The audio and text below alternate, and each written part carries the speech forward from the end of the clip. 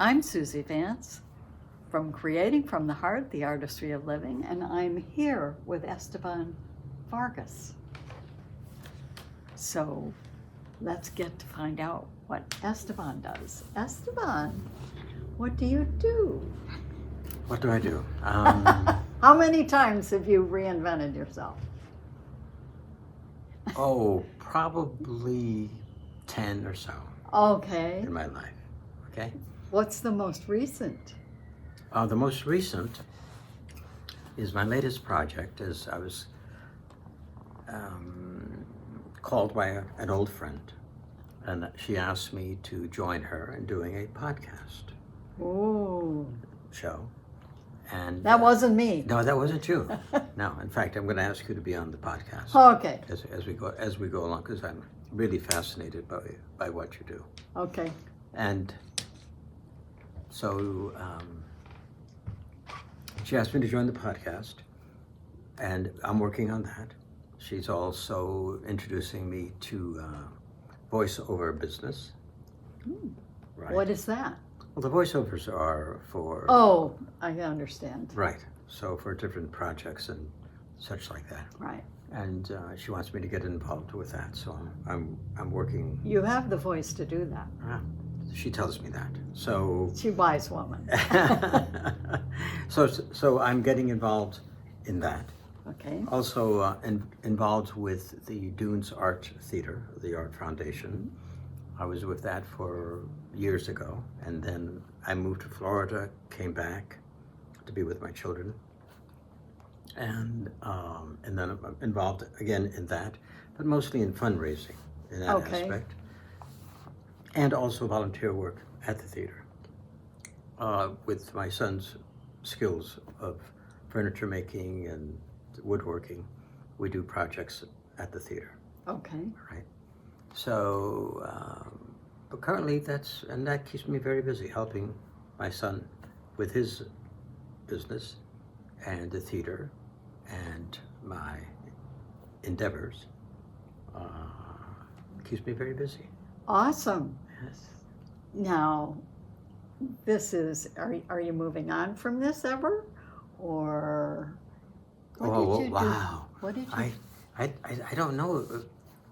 Moving on is or embracing something else in addition? well, I would always embrace something else if it fits my needs and wants. You have fun doing what you do. Oh, yes. I've gotten to the age that it has to be fun. Oh. It has to be creative.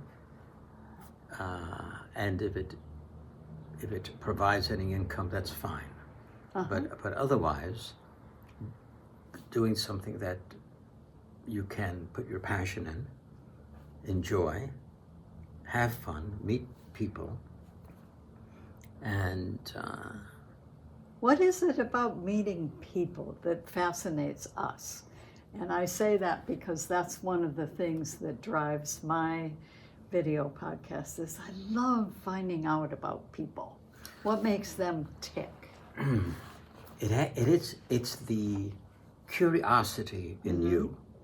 In order to find out why people do what they do, or what they believe in, you have to be centered yourself. In other words, that you are comfortable with yourself. Yes. That you can ask other people things that make them uncomfortable. Oh. Right. So you ask people. Let us say somebody makes a ridiculous statement, and you look at them, and instead of saying, "Well, that's ridiculous," you look at them and go, "Why would you say that? Where did that come from?" Where did that come from? Where in your background did that come from? Was it taught to you? Did you bring it with you, and you believe it?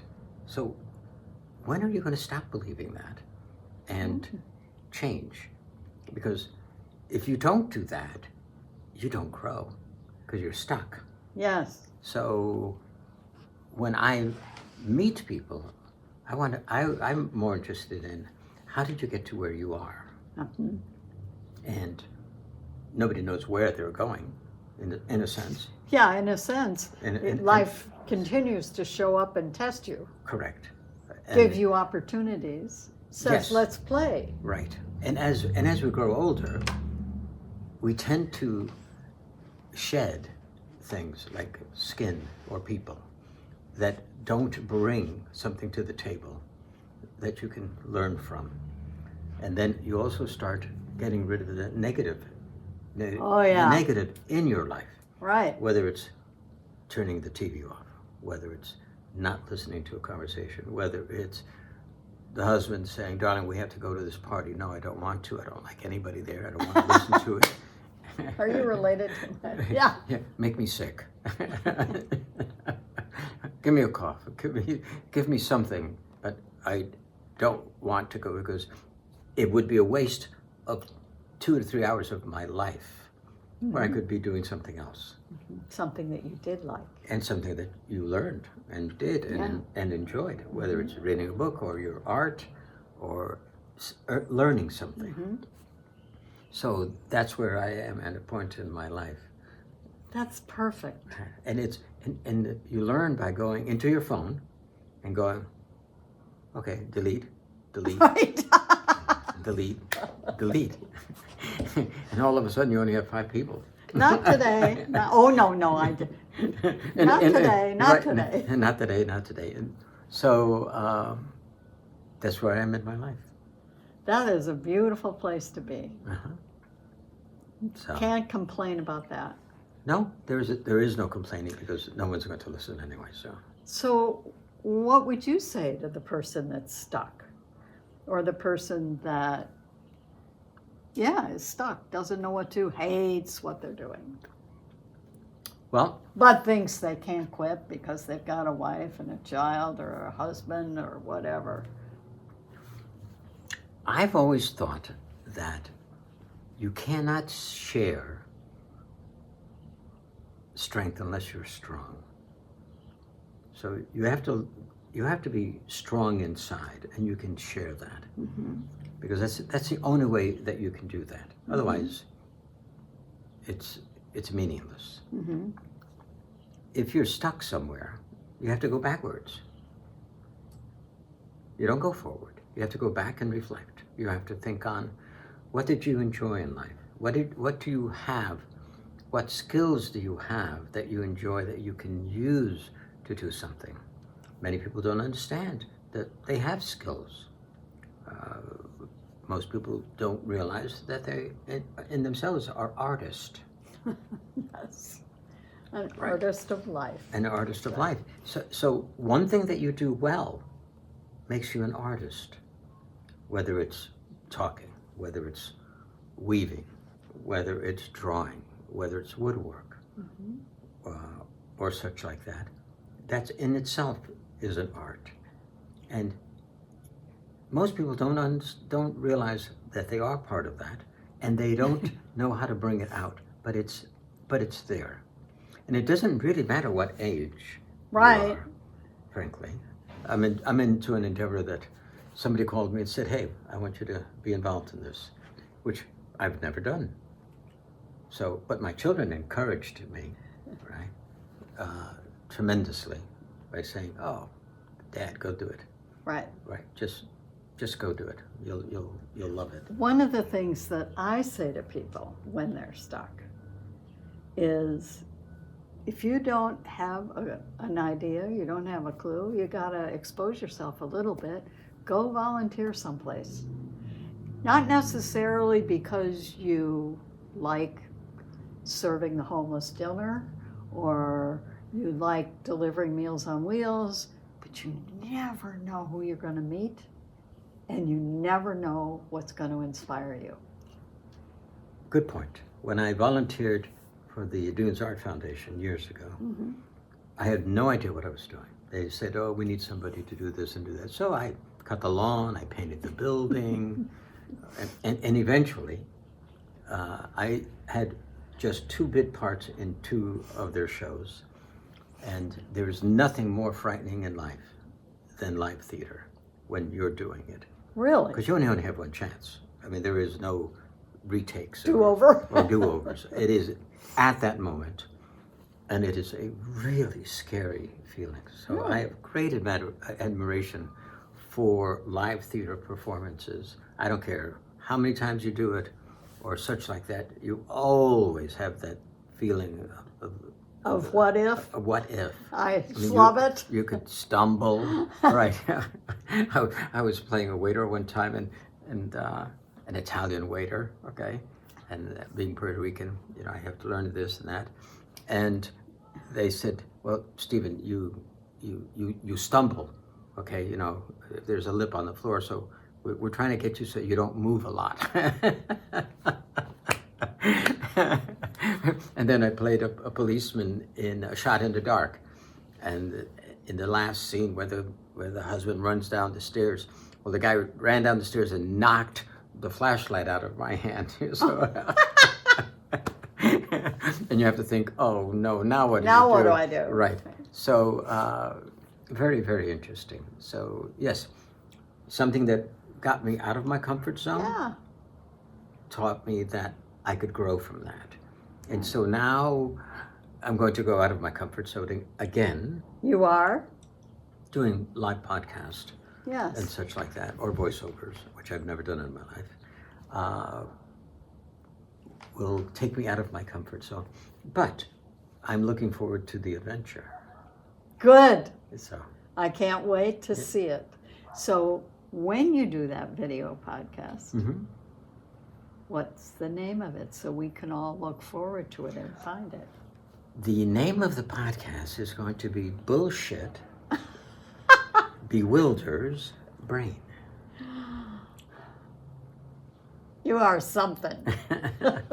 And it's going to be a conversation of how you listen to bullshit that convinces you, that is said to you so convincingly that you get to believe it, which is what the bewildering part about is. And then the brain of how later on you finally figure out that it was bullshit all along and you leave it. Interesting. And it's on all aspects of life. As a child, do you bring it with you because you were fed a thought, something that, you know, said to you, your father said to you, the world is flat. Yeah. So you carry that with you, which is bullshit. And you said so convincingly that you believe it. And there are still people today that believe the world is flat. People that you would think are intelligent and sophisticated or such, and well-read. And they'll come up with something, and you're going, wow, I can't tell him that he's an idiot, or they're an idiot. Or, so, and you can't say, wow, that's just total bullshit. Where did you come up with that? And it happens to all of us, whether we read it, whether we see it on TV, whether it enters Our life around the dinner table. all aspects Right. of our lives, whether it's religion, politics, conversation, all of it.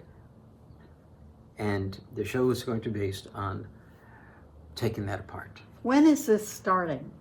It'll start fairly soon, probably within the next 30 days. I'm in the midst of now recording and editing and such like that.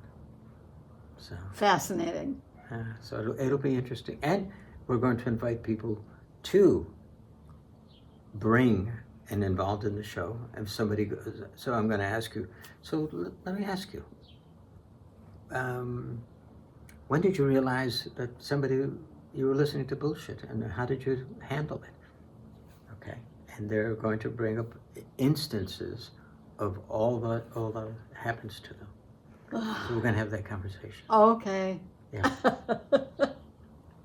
Well, thank you so much for sharing. And where are they going to find this video podcast? Or this it'll podcast? be on. We'll eventually get to YouTube and and such like that. So would you be willing to tell me how to find it before this is published so we can put it on here? Yes, I'll get back to you and give you that, okay? Okay. Because for one of the people that I really would like to interview is I want to interview you. Oh, I can hardly wait to be asked, when was the time you listened to bullshit? No, we're going to try and not to get into certain areas that are so, how would you say? Controversial. Yeah, controversial. I mean, how many? Caustic. My partner in crime on this brought me along because I ask the hard questions, right? And I'm at an age that really doesn't bother me what I ask concerning that. So because it's always fascinating to me. It always has fascinated me. Right. Why do people think that? I mean, why do they do what they do? And where did you get it from? Where did you learn that from? Do you read that, or do you only watch one newscast or TV station and you believe everything they say without question? I mean, don't you understand that's all bullshit? So maybe we can have some people ask and question why they believe what they believe and see what happens. Okay. All right. Sounds good. Thanks for your time today. Well, I can hardly wait. I'll get in touch with you. Suzy Vance with Mr. Esteban. Thank you so much. You're welcome. Esteban Vargas.